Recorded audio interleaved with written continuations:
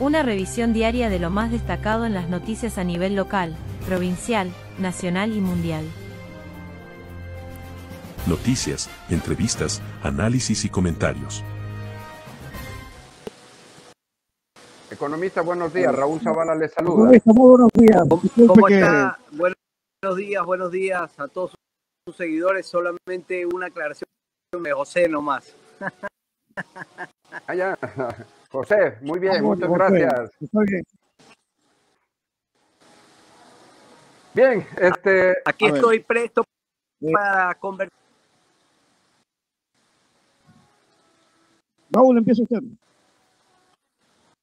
Bien, economista, José, muchas gracias por orientarnos y esta decisión de orientarnos en esto de ir entendiendo al común de los ciudadanos lo que son las cifras macroeconómicas comparadas con las que percibimos los ciudadanos normalmente. Y esto a propósito de una información presidencial que habla de unas mejoras sustanciales en el sector económico financiero, dos cosas diferentes, acá en Ecuador. ¿Cuál es su punto de vista al respecto sobre esta información oficial? Bueno, como dicen en la calle, ¿no? Dato mata relato. El dato es clarísimo. Nosotros tenemos hoy de empleo adecuado un 1%, cuando en el 2019, antes de la pandemia, teníamos 8%. Y hoy en día tenemos un desempleo que bordea un 1%, cuando en la época de 19 teníamos un 3.8% de desempleo.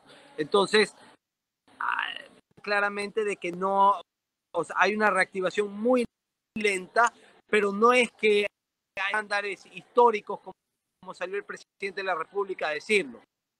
Sí, hay una realmente lenta. Ahora, de ahí a lo que dijo el señor presidente, creo que hay en relación a la realidad que se vive.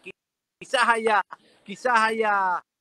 desde la perspectiva que entiendo que están saliendo más ecuatorianos, así que del país están migrando lamentablemente. Entonces, como parámetro es arista, pero realmente los datos del INAL, que es la fuente con la cual yo trabajo, son supremamente claros. Ya, economista, por favor, ¿podría aclararnos sobre la fuente que tiene usted para apostar a que la información del presidente no concuerda con la realidad? Es decir, y me imagino que esa fuente del presidente tiene que ser el Banco Central. Yo trabajo siempre con fuentes oficiales, con el Banco Central, con el INEC. Entonces, sí me los datos que dio el presidente. Ahora, las fuentes que son públicas, Carla, no hay por dónde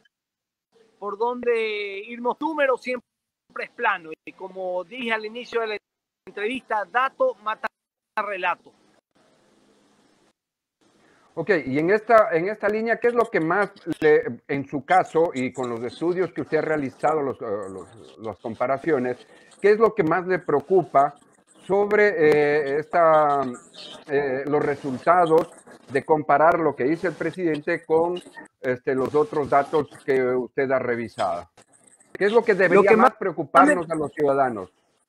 Lo que más nos debería preocupar a los ciudadanos es que lamentablemente esto no es solamente del presidente de la República. Esto es responsabilidad también de los ciudadanos que votamos, que lo único que han hecho es boicotear también el trabajo del Ejecutivo en ciertas leyes, porque seamos claros, desde la óptica libertaria, que es vemos que se puede alcanzar la prosperidad y mejores días para el país, es la empresa privada la que da empleo.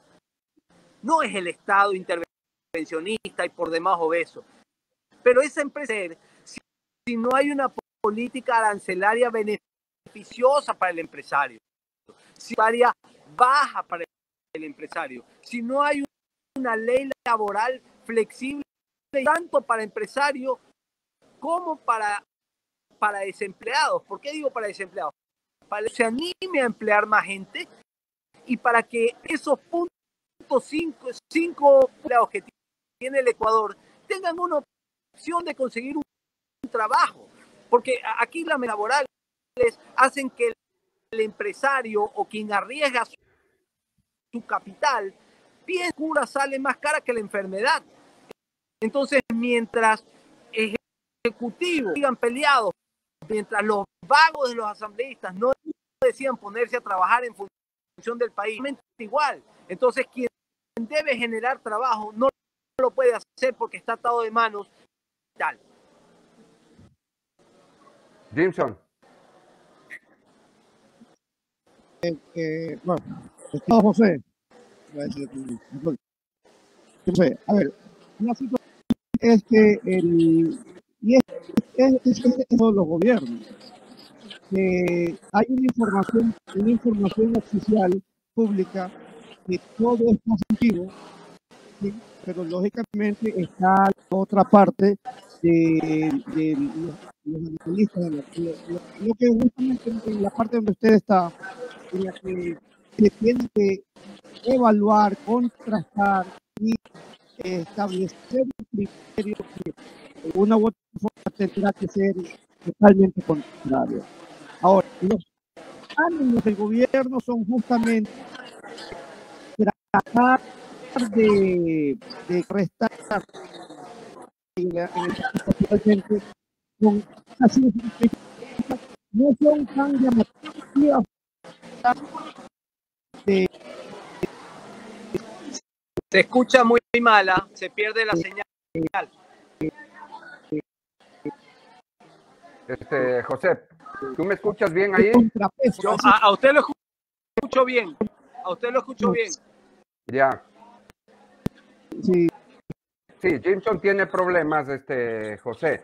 Mientras él lo puede solucionar, quizás la otra duda que me va quedando es el aterrizar todas estas cifras macroeconómicas hacia el común de los ciudadanos. Es decir, yo vivo en la zona rural y de qué manera puedo ir entendiendo estas cifras presidenciales y de qué manera me pueden ayudar en la zona rural a tomar decisiones sobre posiblemente gastos de consumo,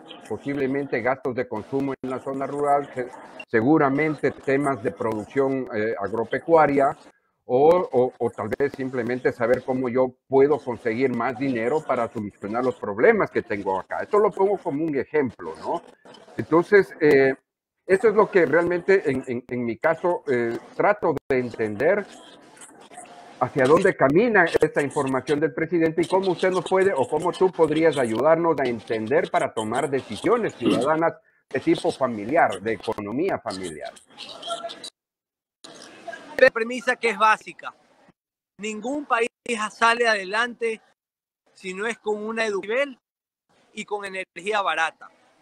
Todavía tenemos, por ejemplo, usted me habla del campo, también todavía tenemos lamentablemente por el subsidio de los combustibles, el subsidio, hablando de otro tipo de generación de energía para poderle dar de esa cultura, como por ejemplo el gas, porque se habla también erradamente de educación para ciertos lugares, pero seamos honestos, hay lugares donde no puede llegar la electricidad, línea de corriente, entonces hay que buscar otras alternativas. Mientras no vemos del patio trasero del subdesarrollo y crucemos la puerta hacia un mundo, a seguir en estas discusiones que ya son obsoletas, son parte del siglo pasado, pero es el único país en toda la región de Latinoamérica que no explota el gas, y seguimos nosotros peleando y pensando en función del diésel, ya de que el Estado es un pésimo administrador y entonces le da diésel subsidiado y le da bollante y no a los sectores débiles que sí lo necesitan. Entonces usted tiene algunos que están dando en este camino que nos impide llegar a la prosperidad. Un Estado Estado intervencionista, un administrador, un Estado derrochador y falta de visión de aquellas personas para sacarnos del patio trasero hacia un mundo por puertas del desarrollo. José, el tema de pensar el desarrollo desde la presidencia de la República es una cosa. Y en esta línea, por ejemplo, las cifras macroeconómicas, ¿qué nos dicen de la calidad del gasto de los gobiernos locales, por ejemplo? Porque desde el Ejecutivo se puede decir maravillas, pero tenemos el otro contrapeso que son los gobiernos locales. ¿Hay algún dato sobre eso que nos pueda a nosotros hacer creer que hay una adecuada calidad de inversión de los gobiernos locales? Bueno, también los funcionarios públicos, como ustedes podrán ver correctamente con la ejecución del presupuesto. Entonces, definitivamente funcionarios que están actuando de forma mediocre y que no están cumpliendo con los programas. Ok. Sí, sígale, José. José, por favor, ¿Me puede, termina por la favor, idea? repetir la pregunta? Porque no la escuché. Ok, José. Es decir, en el tema de las cifras macroeconómicas, en el análisis que se hace, ¿es posible determinar cuál es el peso de la calidad del gasto en los gobiernos locales para hacer un peso contra peso ejecutivo y con prefecturas, municipalidades y juntas parroquiales?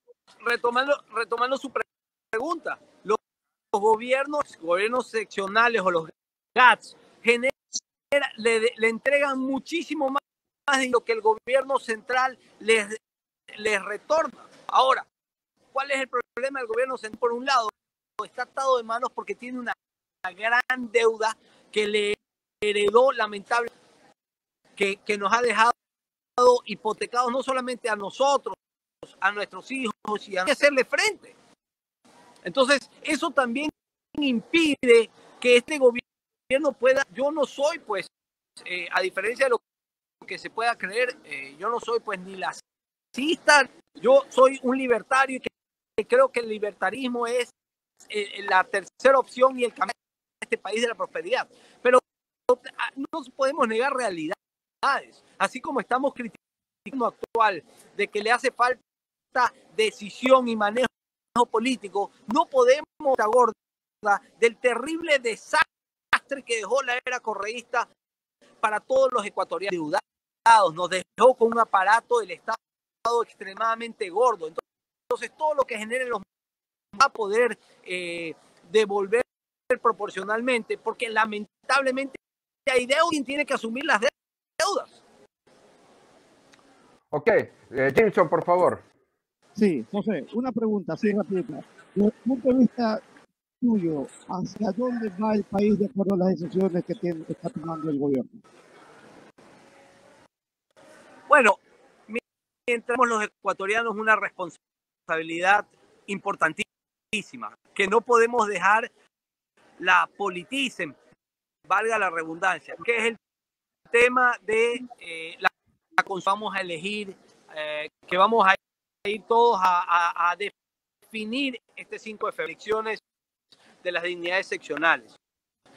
Tenemos una gran responsabilidad, el mensaje a conciencia. Es verdad que la consulta no soluciona los problemas estructurales del país, dan aporte a la base para poderle dar un poco más herramientas al Ejecutivo para parte lo que no ha hecho hasta el día de hoy, todo aquello que vino prometiendo durante 14 años. Por otro lado, seamos sensatos al momento de votar las elecciones a las dignidades. Aquí se define el futuro de cada una de nuestras ciudades y prefecturas en los próximos 4 años.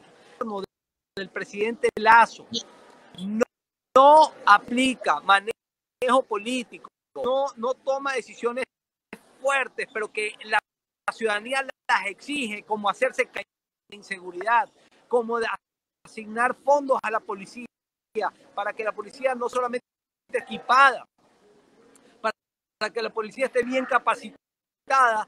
No vamos a poder hacer talón de Aquiles que tiene el país hoy en día, que es la inseguridad. Tiene que asignarse fondos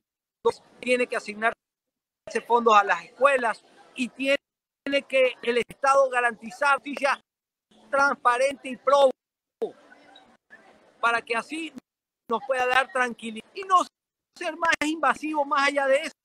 No tiene que ir más allá de eso, pero tiene que mejorar la calidad de estos 4 pilares de los cuales acabo de detallar a ustedes.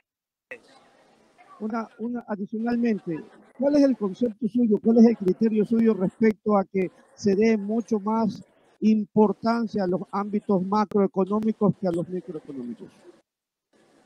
O sea, yo no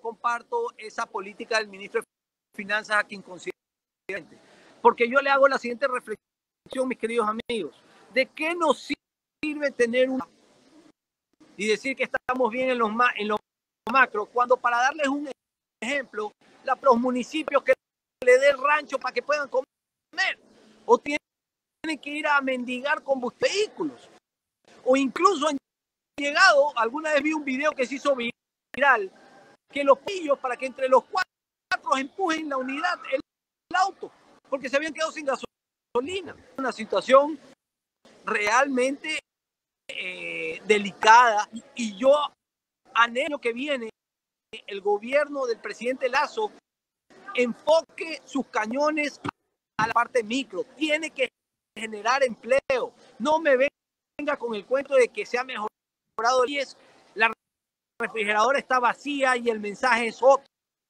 No nos olvidemos. Por 2 eventos, mi querido amigo. Primero, porque no hay trabajo, porque no hay empleo. Economía paralela que se va incrementando en función de los niveles de sicariato, y ustedes saben, y solamente eso se genera cuando no hay trabajo, cuando no hay líneas de crédito, es muy alto para los empresarios, cuando no se bajan los impuestos. Entonces, en lo macro, pero no se empieza a pensar en el ciudadano de a pie. Raúl. Listo, José, creo que el tema es muy cierto y como lo comentaba, vivo en la zona rural al sur de Manabí y sí, es verdad lo que toca pasar acá, el sistema de salud, el tema con la policía, efectivamente ocurre eso, soy testigo de eso. Y claro, estas cosas se contradicen mucho con las cifras macroeconómicas, ¿no? Los ciudadanos percibimos la situación desde otro punto de vista. Y aquí ya solamente una última recomendación. ¿Cuál debe ser la actuación de nosotros los ciudadanos ante este tipo de declaraciones presidenciales que nos hacen dudar sobre lo que dice el presidente? Bueno, los ecuatorianos, ante lo que dice el presidente, pues cada uno tiene su canal. No estoy de acuerdo con esas cifras. Creo que la realidad en la calle dice lectura y definitivamente tenemos la obligación este 5 de febrero de a conciencia lo que queremos en nuestro país. No solamente en la elección de las dignidades, consulta popular, que es muy importante. Yo soy de la idea que más acción política que tengamos los ecuatorianos, debemos votar a conciencia y de verdad. No dejemos a los políticos, la vieja casta de políticos, meta las uñas, estar en función de sus intereses particulares a la gran ciudadanía. Listo, gracias José. Jimson. Gracias a ustedes, un honor estar con ustedes. Más para nosotros, muchas gracias, y así de esta manera le agradecemos al economista José Alvear, nuestro amigo desde ahora, y lo vamos a tomar en cuenta en algunos temas que nosotros queramos tener una voz autorizada y un criterio muy afinado respecto a temas económicos y financieros. Muchas gracias, estimado José, hasta la vuelta y nosotros continuamos acá en Noticias al Día. Una revisión diaria de lo más destacado en las noticias a nivel local, provincial, nacional y mundial. Noticias, entrevistas, análisis y comentarios.